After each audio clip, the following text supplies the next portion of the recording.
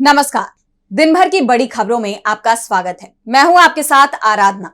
आज इस बुलेटिन में बात होगी संसद के मॉनसून सत्र की, बिहार विधानसभा में एसआईआर पर मचे बवाल की, देखेंगे क्यों बीजेपी पर भड़की ममता बनर्जी, क्यों सुप्रीम कोर्ट ने ईडी को लगाई फटकार, कैसे बिहार में चुनाव से पहले एनडीए में बढ़ा टकराव, और बुलेटिन के आखिर में देखेंगे जाने माने कार्टूनिस्ट इरफान की किस खबर पर पड़ी तिरछी नजर। लेकिन दिन भर की तमाम बड़ी खबरों से पहले एक नजर आज की सुर्खियों पर। जस्टिस वर्मा को सरनेम से संबोधित करने पर वकील को सुप्रीम कोर्ट से लगी फटकार। सीजेआई गवाही बोले मर्यादा में रहिए, वे अब भी कोर्ट के जज हैं। मुंबई में रनवे से फिसला एयर इंडिया का विमान, भारी बारिश के कारण लैंडिंग के समय हादसा, इंजन को नुकसान, 3 टायर फटे। ईडी का ऑनलाइन सट्टेबाजी पर शिकंजा, मेटा गूगल के अधिकारियों को फिर भेजा समन, 28 जुलाई को सभी दस्तावेजों के साथ होना होगा पेश।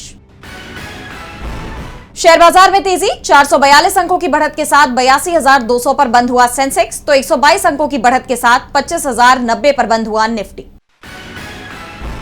ये तो थी सुर्खियां। अब बात आज की सबसे बड़ी खबर की। 21 जुलाई से संसद के मॉनसून सत्र की शुरुआत हो गई है। सत्र का पहला दिन ही मोदी सरकार के लिए काफी मुश्किल रहा, क्योंकि विपक्ष के सवालों ने मोदी सरकार के छक्के छुड़ा दिए। इसके अलावा राज्यसभा में मल्लिकार्जुन खड़गे और जेपी नड्डा के बीच जबरदस्त बहस देखने को मिली। तो सदन में कैसा रहा पहला दिन और क्या रहा खास, देखिए इस रिपोर्ट में। संसद का मानसून सत्र पहले ही दिन काफी जोरदार रहा। विपक्ष ने पहलगाम हमले, ऑपरेशन सिंदूर, अमेरिकी राष्ट्रपति डोनाल्ड ट्रंप के मध्यस्थता के दावों, बिहार में मतदाता सूची के गहन पुनरीक्षण, मणिपुर, चीन जैसे विषयों पर सरकार को जमकर घेरा। कांग्रेस सांसद भीम मणिकम टैगोर ने गंभीर राष्ट्रीय सुरक्षा और विदेश नीति विफलता, पहलगाम आतंकवादी हमला और ऑपरेशन सिंदूर पर चर्चा के लिए लोकसभा में स्थगन प्रस्ताव दिया। इसके अलावा सीपीआई सांसद संतोष कुमार पी ने पहलगाम हमले, ऑपरेशन सिंदूर और अमेरिकी राष्ट्रपति डोनाल्ड ट्रंप द्वारा भारत और पाकिस्तान के बीच तनाव को कम करने के बार बार किए गए दावों पर चर्चा के लिए नियम 267 के तहत कार्य स्थगन नोटिस दिया।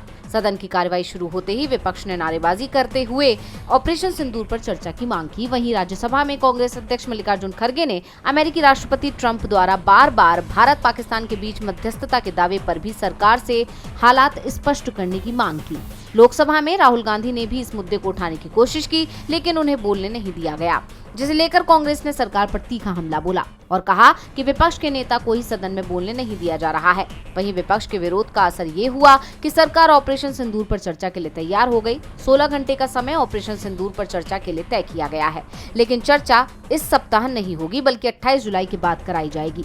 यानी सत्र के पहले ही दिन ये साफ हो गया कि विपक्ष सरकार के आगे झुकने या दबने के मूड में नहीं है। बता दें कि सत्र के पहले दिन राज्यसभा ने बिल ऑफ लैंडिंग विधेयक 2025 पारित किया। संसद के मॉनसून सत्र का पहला दिन जबरदस्त रहा, तो बिहार विधानसभा के मॉनसून सत्र में भी भारी बवाल देखा गया। जिस तरह से सत्र से पहले ही बिहार में सियासत गरमाई हुई थी, एनडीए सरकार विपक्ष के निशाने पर थी, उसे देखते हुए यह तय माना जा रहा था कि इस बार का विधानमंडल का सत्र भी काफी धमाकेदार होगा। और सत्र के शुरू होते ही विपक्ष सरकार पर हमलावर दिखाई दिया। बवाल के बीच सदन स्थगित कर दिया गया। तो क्या कुछ हुआ सत्र के पहले दिन, आइए देखते हैं इस रिपोर्ट में। बिहार के विधानमंडल के मॉनसून सत्र का पहला दिन काफी जबरदस्त रहा। मतदाता पुनरीक्षण कार्य के मुद्दे पर एनडीए सरकार बुरी तरह से घिर गई। सदन के अंदर और बाहर विपक्ष के नेताओं ने जमकर प्रदर्शन किया। पत्रकारों से बात करते हुए नेता विपक्ष तेजस्वी यादव ने एसआईआर को लेकर एनडीए सरकार को साफ चेतावनी दे दी। उन्होंने कहा कि हम लोगों की मांग है कि मतदाता पुनरीक्षण कार्य पर विधानसभा में एक चर्चा होनी चाहिए। अगर लोकतंत्र को समाप्त करने का कोई प्रयास करेगा तो हम लोग चुप बैठने वाले नहीं हैं, और अगर सरकार विधानसभा में चर्चा कराने को तैयार नहीं होती तो हम लोग आंदोलन करेंगे। एसआईआर पर पहले से ही विवाद छिड़ा हुआ है और अब इस पर सदन में भी बहस छिड़नी तय मानी जा रही है।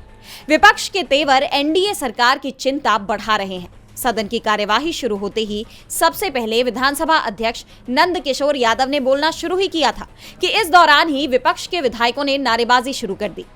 सदन में बिहार के गुंडा राज के नारे गूंजते सुनाई दिए। ये तो पहले से ही तय माना जा रहा था कि सदन में बिगड़ती कानून व्यवस्था का मुद्दा उठेगा और नीतीश सरकार घिरेगी, लेकिन जितने आक्रामक रूप से विपक्ष ने इसे उठाया, इसका अंदाजा सरकार को भी नहीं था। नारेबाजी के बीच एआईएमआईएम के विधायक वेल में पहुंच गए, पोस्टर दिखाने लगे। उधर स्पीकर सभी को शांत रहने के लिए कहते रहे, लेकिन विपक्ष हावी नजर आया। सदन की कार्यवाही के दौरान सीएम नीतीश आए और जाकर अपनी सीट पर बैठ गए। नेता प्रतिपक्ष तेजस्वी यादव उनसे थोड़ी ही दूर पर बैठे थे, लेकिन दोनों में बातचीत तो दूर, नमस्कार तक नहीं हुआ।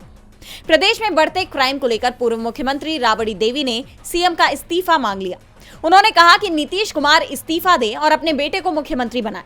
इस पूरी उथल पुथल के बीच नीतीश सरकार ने बिहार विधानसभा और विधान परिषद में 57,000 करोड़ से ज्यादा का प्रथम अनुपूरक बजट पेश किया, जिसके बाद सदन को स्थगित कर दिया गया। बिहार विधानसभा में एनडीए सरकार बुरी तरह से घिर गई, तो आरोप सीएम ममता बनर्जी ने भी लगाए हैं बीजेपी पर। पश्चिम बंगाल में विधानसभा चुनाव होने में अभी समय है, लेकिन राज्य की राजनीति अभी से गरमाई हुई है। राज्य की सीएम ममता बनर्जी ने अभी से मुख्य विपक्षी पार्टी बीजेपी को अपने निशाने पर ले लिया है। वो बीजेपी पर बंगाल विरोधी होने के गंभीर आरोप लगा रही है।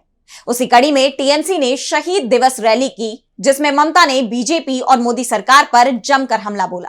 पश्चिम बंगाल में भले ही विधानसभा चुनाव अभी दूर हैं, लेकिन सत्ताधारी टीएमसी अभी से एक्टिव मोड में नजर आ रही है।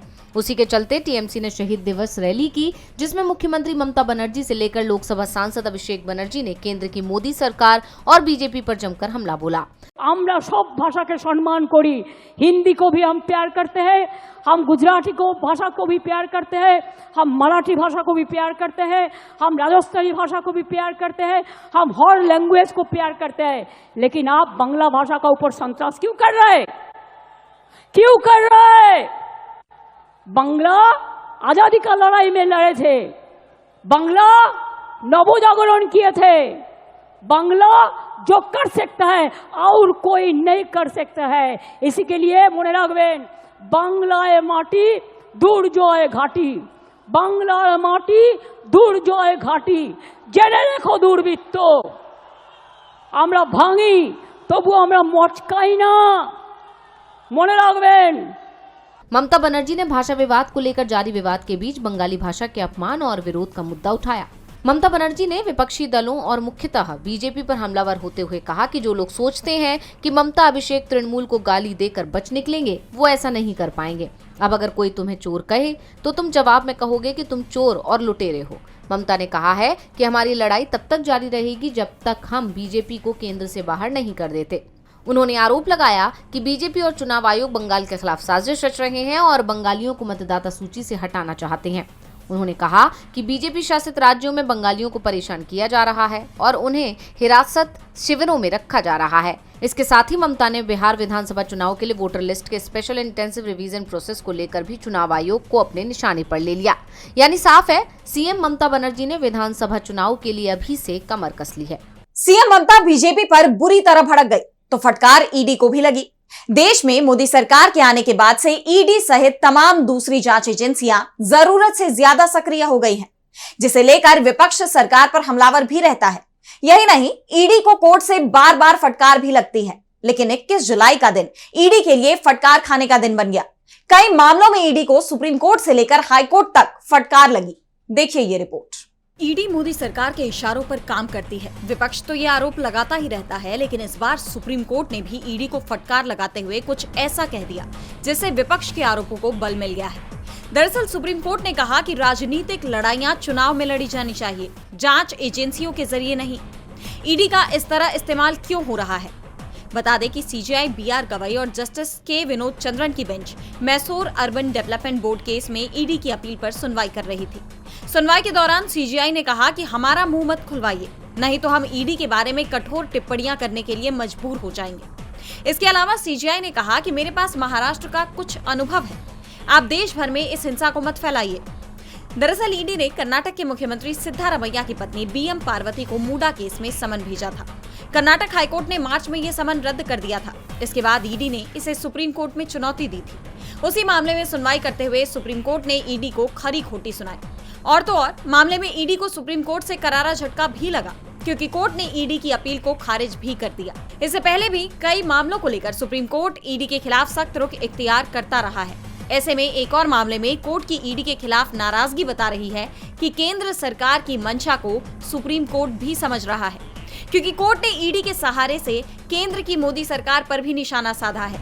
कोर्ट की टिप्पणी केंद्र सरकार के लिए भी चेतावनी के तौर पर मानी जा रही है। सिर्फ सुप्रीम कोर्ट ने ही नहीं, मद्रास हाई कोर्ट ने भी धन शोधन निवारण अधिनियम मामले में सुनवाई करते हुए कहा कि ईडी कोई घूमता हुआ ड्रोन नहीं है जो किसी भी आपराधिक मामले में अपनी मर्जी से हमला कर दे, और ना ही कोई सुपर कॉप है जिसे हर मामले की जांच का अधिकार है।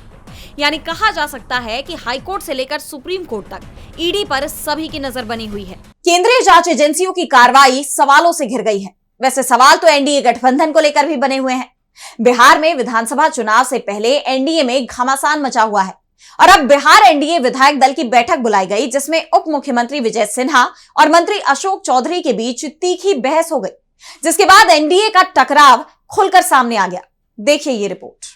बिहार विधानसभा चुनाव से पहले एनडीए में दो फाड़ होते नजर आ रही हैं। बिहार एनडीए विधायक दल की बैठक बुलाई गई, जिसमें उप मुख्यमंत्री विजय सिन्हा और नीतीश कुमार के खास मंत्री अशोक चौधरी के बीच तीखी बहस हो गई, जिसने एनडीए में टकराव की खबरों को सतह पर लाकर रख दिया।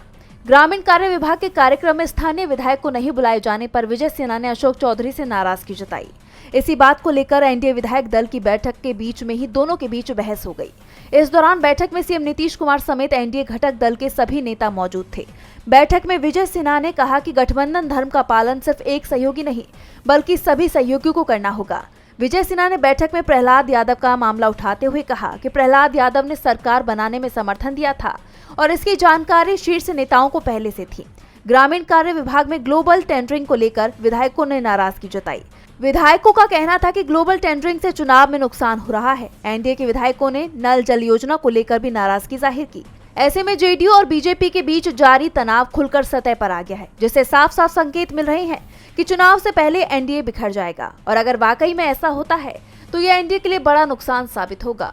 चुनाव से पहले एनडीए को बड़ा झटका लग सकता है। अब देखना होगा कि जेडीयू इस पर क्या रुख अपनाती है। चुनाव से पहले एनडीए को बड़ा झटका लग सकता है। वैसे झटका तो जस्टिस यशवंत वर्मा को भी लग सकता है।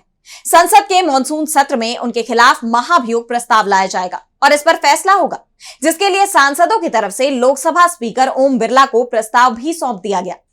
तो कब होगी महाभियोग प्रस्ताव पर चर्चा? क्या जस्टिस वर्मा पर गिरेगी गाज? जानने के लिए देखिए ये रिपोर्ट। संसद में जस्टिस यशवंत वर्मा के खिलाफ महाभियोग लाने की तैयारी लगभग पूरी हो गई है। जस्टिस यशवंत वर्मा के खिलाफ महाभियोग चलाने के प्रस्ताव पर लोकसभा में नेता प्रतिपक्ष राहुल गांधी, बीजेपी सांसद अनुराग सिंह ठाकुर समेत 145 सांसदों ने हस्ताक्षर कर दिए हैं। संविधान के अनुच्छेद 124, अनुच्छेद 217 और 218 जो सुप्रीम कोर्ट और हाई कोर्ट से संबंधित है, इनके तहत Congress, TDP, JDU, JDS, Jana Sena party, Assam Gana Parishad, Shiv Sena Eknath Shinde गुट, लोक जनशक्ति पार्टी और सीपीएम समेत कई दलों के सांसदों ने इस ज्ञापन पर हस्ताक्षर किए हैं, जिसके बाद इस ज्ञापन को लोकसभा अध्यक्ष ओम बिरला को सौंप दिया गया।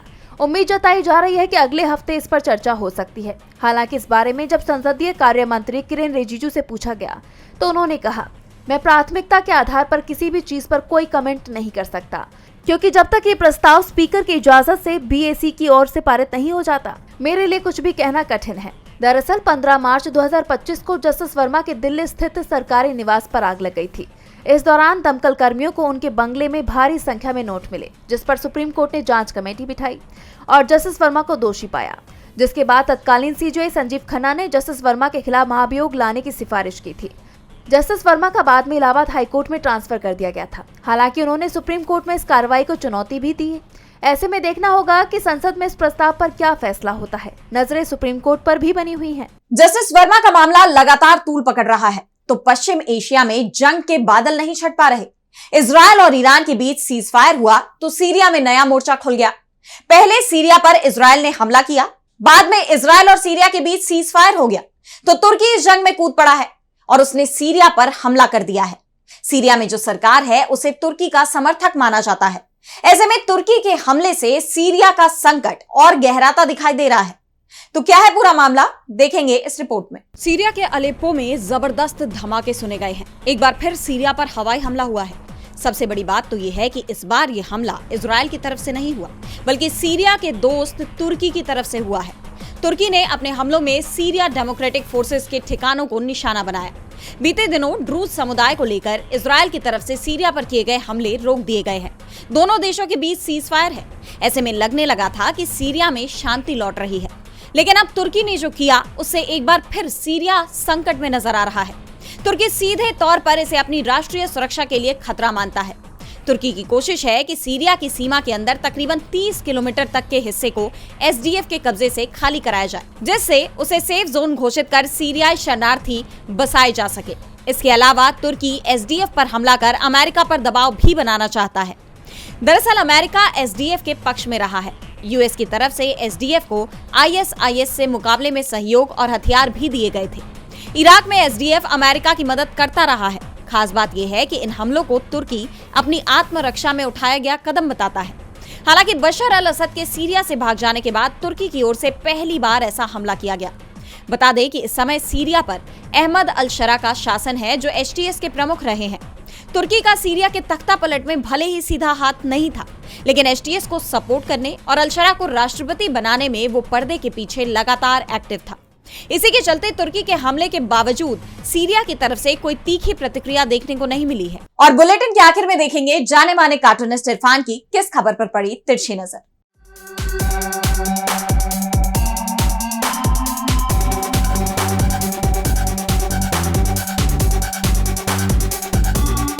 राहुल गांधी ने शिकायत की है कि उनको संसद में बोलने नहीं दिया जा रहा है। अरे भाई, सरकार अगर आपको बोलने देगी तो या तो आप संसद के बाहर बैठे होंगे या फिर सरकार मुसीबत में पड़ जाएगी, क्योंकि जब भी आप बोलेंगे तो महंगाई के बारे में बोलेंगे, बेरोजगारी के बारे में बोलेंगे, अर्थव्यवस्था के बारे में बोलेंगे, कानून व्यवस्था के बारे में बोलेंगे। ये सब उस तरह की बातें हैं जिन पर सवाल पूछना मना है और जिनकी संसद में नो एंट्री है।